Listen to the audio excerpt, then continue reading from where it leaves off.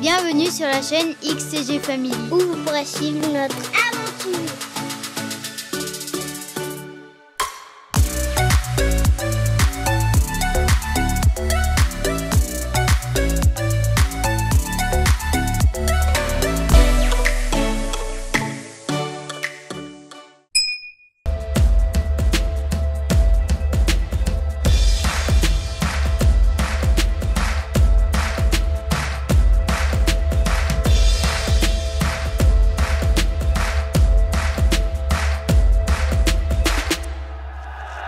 Ce matin, départ, on est tous levés de bonne heure, mais on a tous rien envie de faire.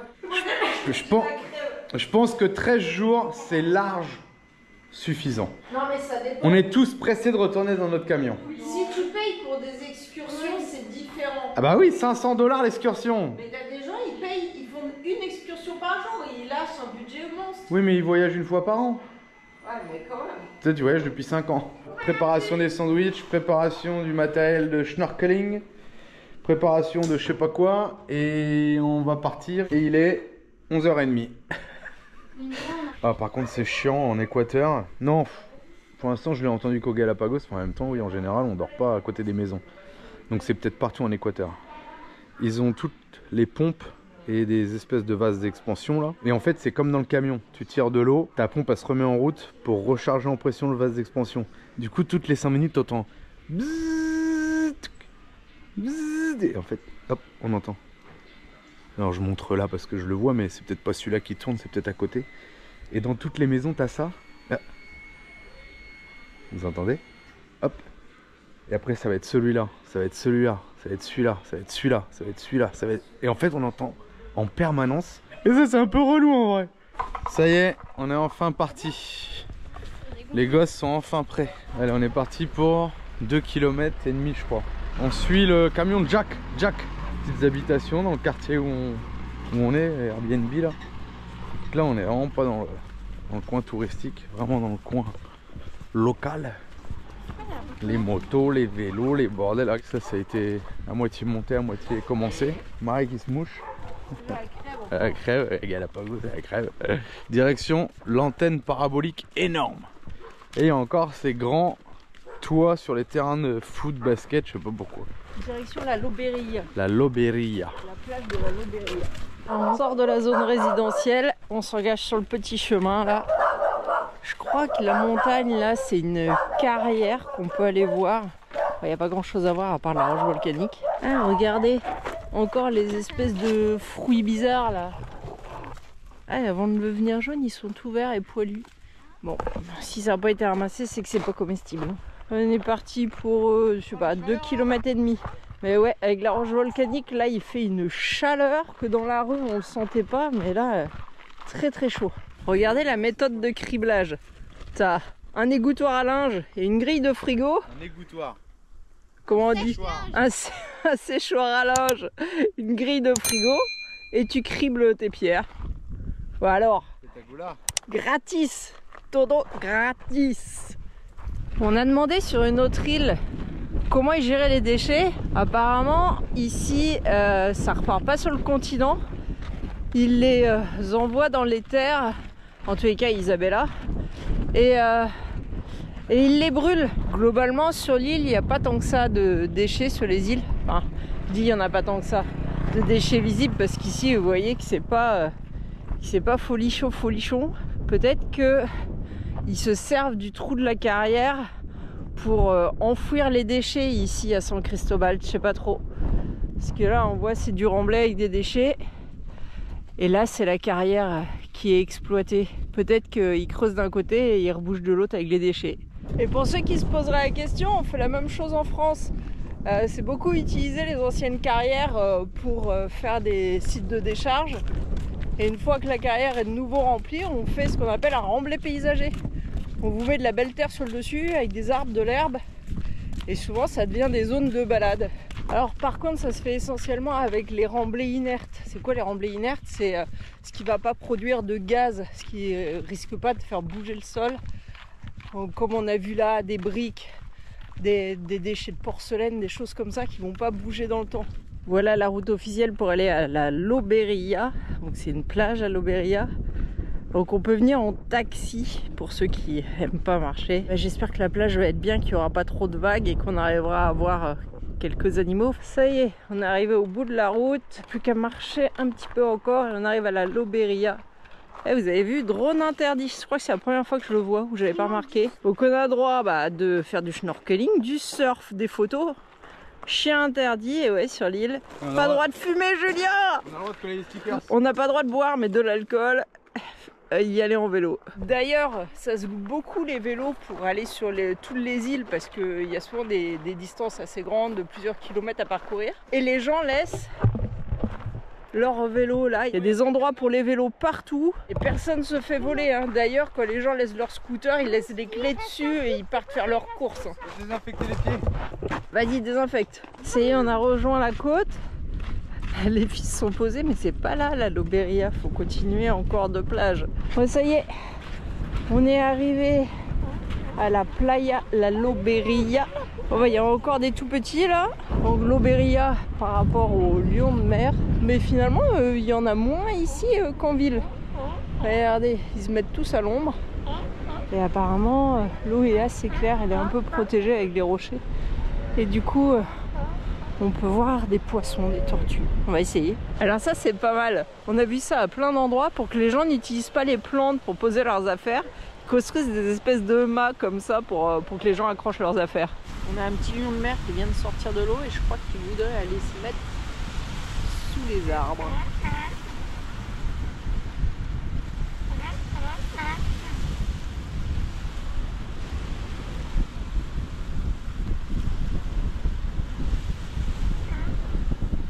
Ils sont chez eux, ils ont leurs habitudes là. Il y a déjà un pote sous les arbres, hop, il y va.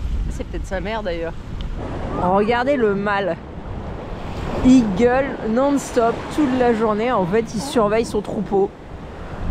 Parce que normalement, il y a qu'un mâle. Alors, je sais pas, parce que des fois, on en voit plusieurs. Les autres, c'est peut-être des jeunes mâles, je sais pas. Et il fait que ça. Il patrouille dans l'eau toute la journée, il gueule. Alors là, on a les femelles ou les jeunes qui viennent de l'eau et qui se roulent dans le sable. Je sais pas si c'est pour sécher plus vite ou quoi. Visiblement, ils s'emmerdent avec les mouches, ils aiment pas ça. Hein.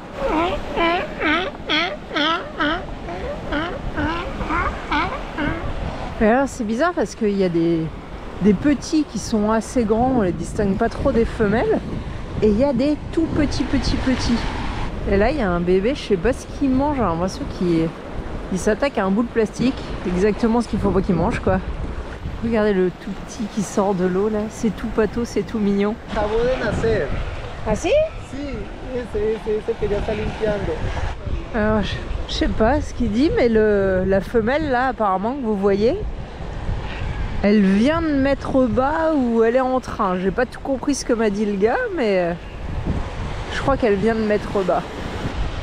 Encore un tout petit là, tout mignon. Je trouve qu'ils sont vachement plus autonomes que les bébés humains quand même. Hein. Regardez, les tout petits, ils gèrent déjà la marche. Hein. Ils fonctionnent vraiment à l'odorat. Hein. On voit, ils sont tout le temps en train de sentir le nez et tout pour se reconnaître entre eux.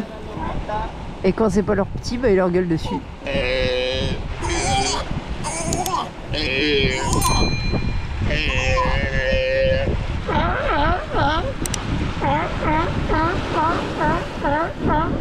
Elle fait des câlins à son petit, c'est trop mignon. Regardez le tout petit. Il joue toujours avec son bout de plastique, ce qui est pas bien. Alors en fait, les petits cherchent vraiment à jouer. Hein. Je fais gaffe quand même parce que ça va super vite en fait, on se rend pas compte, mais dans l'eau ils se déplacent comme des torpilles, mais même sur le sable sec ils courent assez vite. Hein. C'est pas comme des fois qu'ils utilisent leur quel sale gosse, leur nageoire arrière pour faire comme des pieds et ils se déplacent assez vite. Hein. Alors je crois qu'elle est en train de dire à son petit, allez, c'est l'heure de téter. Elle est sortie un peu de l'eau et je crois qu'elle l'incite à ressortir lui aussi de l'eau. Ah regardez, elle l'aide. Oui, il cherche les tétines mais au mauvais endroit. Hein. Bon, elle essaye de faciliter la tâche. D'un autre côté, au milieu des rochers, le pauvre, il sait pas encore marcher, on dirait. Hein. Maintenant, elle fait des photos de Bibi phoque. Bébé otari, oui, ce n'est pas un phoque. Bon, bah là-bas, il a toujours pas réussi à téter. Hein. Il cherche, mais il galère. Et elle lui dit non, tu vas pas dans l'eau, tu sors. Ah, regardez, on voit le cordon ombilical sur le petit. Regardez la mère, elle mange le cordon ombilical. Maintenant elle a pas peur, hein. Tout à l'heure elle s'est rebouffée. Oui, elle a toujours pas trouvé la tétine, hein. Et la mère elle veut pas qu'il se mouille. Elle lui dit allez suis-moi. Ouais, en même temps tu l'as fait naître au milieu des rochers. Il aime pas quand on le porte, hein. Quand elle veut le porter il gueule et du coup il marche. Visiblement dormir sur les cailloux c'est bien. On dirait trop qu'il est mort, mais non, non, juste il dort. T'es sûr qu'il est pas mort? Non, non, il est pas mort. Il fait sa sieste dans les cailloux. Bon, ça y est, elle l'aide. Enfin, elle essaye.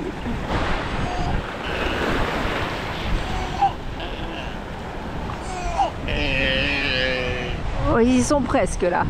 Il est plus dans l'eau déjà. Et là, elle lui donne accès aux tétines. Allez. Plus que 20 cm. En fait, ça fait un moment que ça dure quand même. Hein. Ouais, il a enfin rejoint sa mère, mais il trouve pas la tétée. Alors c'est rigolo, il se gueule dessus depuis tout à l'heure. Où c'est qu'il veut aller, lui, là? J'étais tranquille en train de faire ma sieste, là.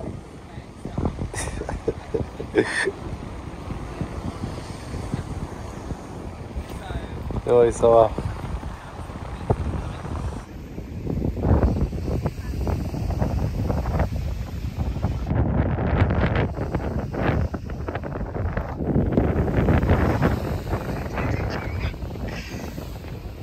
Il fait flipper, lui.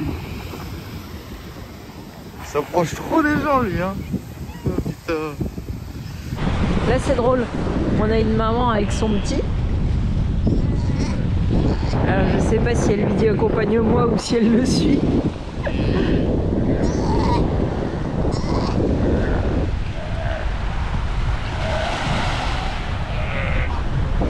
Oui, on a le petit là qui cherche sa mère. Elle a dû partir pêcher, donc il fait des allers-retours et il l'appelle depuis tout à l'heure. Bon, allez, on en revient à notre nouveau-né. Et ben la marée elle monte, donc tout ce qu'il avait réussi à faire, ben maintenant l'eau elle les a rejoints. Alors la mère elle s'énerve encore après lui pour qu'il sorte de l'eau. Elle le traîne, hein.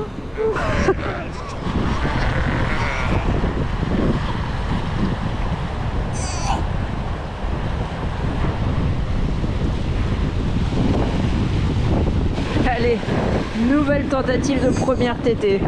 Alors ici on a un bébé mais beaucoup plus gros. Vous voyez, il fait quasiment la taille de sa mère et pourtant il tète encore. Donc je sais pas jusqu'à quelle taille, pendant combien de temps les petits têtent, mais jusqu'à grand, hein. Bon, lui il s'est trouvé la tétine, hein.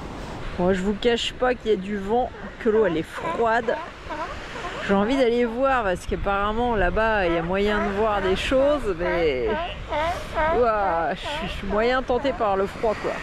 Après ça doit pas être si froid que ça puisqu'Alicia et Alex ils sont dans les vagues depuis tout à l'heure. Elle est comment l'eau? Elle est bonne. Ok. Bon bah je vais peut-être y aller alors si elle est bonne. C'est pas vrai du tout, elle est gelée mais bon.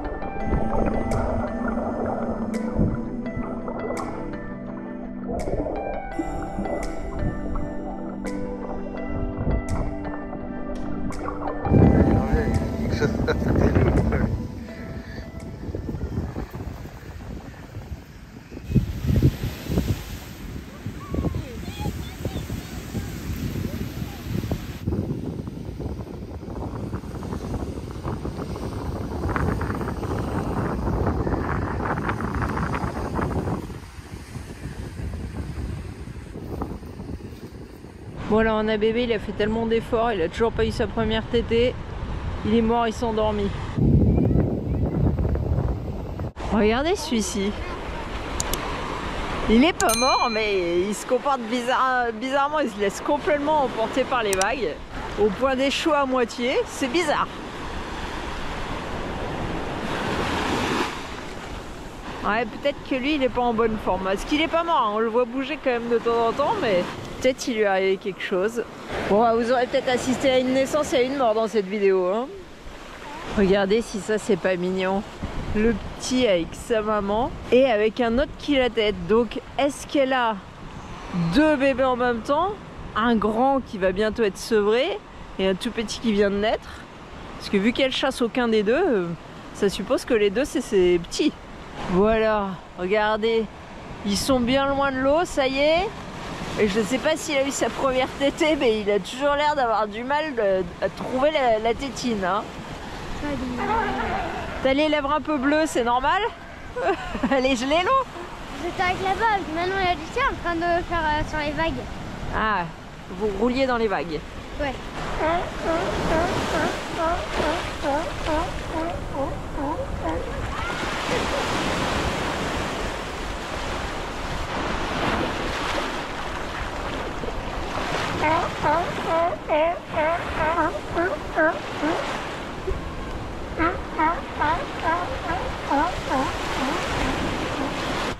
Cette journée à la plage? Ouais, bien. Bien? T'as aimé Alicia? Oui. Pépère? Il n'a pas été dans l'eau, Pépère. Elle est trop froide. T'as aimé la journée à la plage?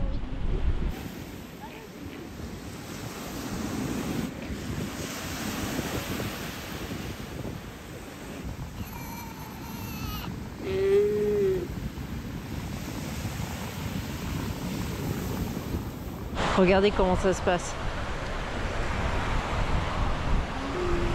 Il y a la maman qui appelle. Et le bébé, il la cherche depuis tout à l'heure.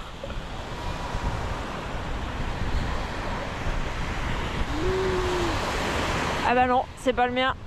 C'est rigolo comment ils se reconnaissent uniquement à l'odeur et pas au visuel. Bon, il est 15h30, 16h. On quitte la plage. Fatigué à rien faire, ça fatigue la mer. Alors c'est pas notre bébé qui vient de naître, mais on quitte la plage sur le petit allaitement là, trop mignon. Je voulais vous montrer la plage aussi.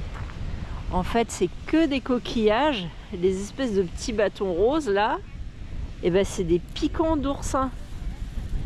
Il y en a partout, partout, partout. C'est ramené par les vagues. Et la plage est essentiellement constituée de coquilles et de piquants d'oursins. Regardez celui-là, il est balèze, je pense que c'est un mâle. Il est tout seul, pauvrecito. Et vous approchez pas, hein, les mâles ils sont méchants. Ouais, c'est un mâle. Regardez le haut de sa tête là, ça fait beaucoup plus carré que les femelles. Il fait sa sieste. On dirait un caillou. Ouais, c'est vrai que de loin, s'il bouge pas...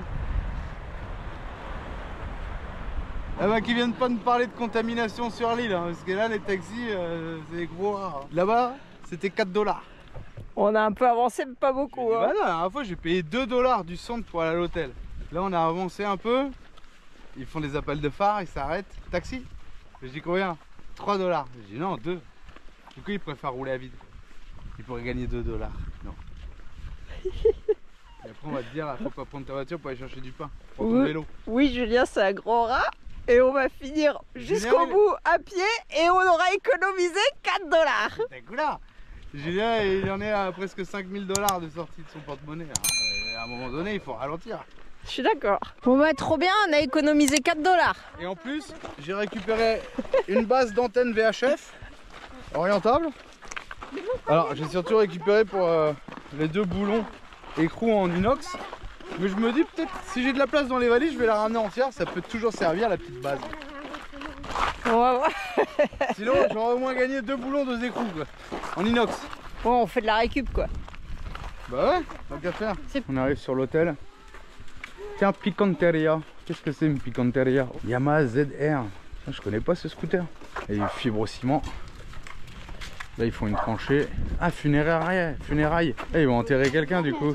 Par là? Non, Il y a des petites rues là-bas et tout. Je sais pas, Voilà. regarde sur ton Si, truc, je sais toujours. pas si c'est là. Allez, on a pris les petits sentiers de travers. J'aime bien les petits sentiers de travers moi. Les chemins de travers des Galapagos. En dehors des sentiers battus touristiques. Et là, il y a des belles petites baraques. Hein. Les cocotiers. Les noix de coco. Putain, quand vous faites un terrassement, regardez ce que vous sortez ici. Oh. Ici, il faut un BRH. Hein. Et là, ils ont mis un tuyau d'eau pluviale sûrement. Ils ont mis de la fine là. Et le mec il va venir charger, il y a un bloc qui va tomber, bing, il va péter le PVC là. Et ils répareront avec un bout de plastique et ça restera comme ça. Ça c'est tout neuf en construction. Taper dans la pierre comme ça en permanence, tu dois bouffer des dents de godet et tout. Putain la vache. Alors où est-ce qu'on arrive là? Ah, on est au parabole. Allez, je crois que nous on est tout droit.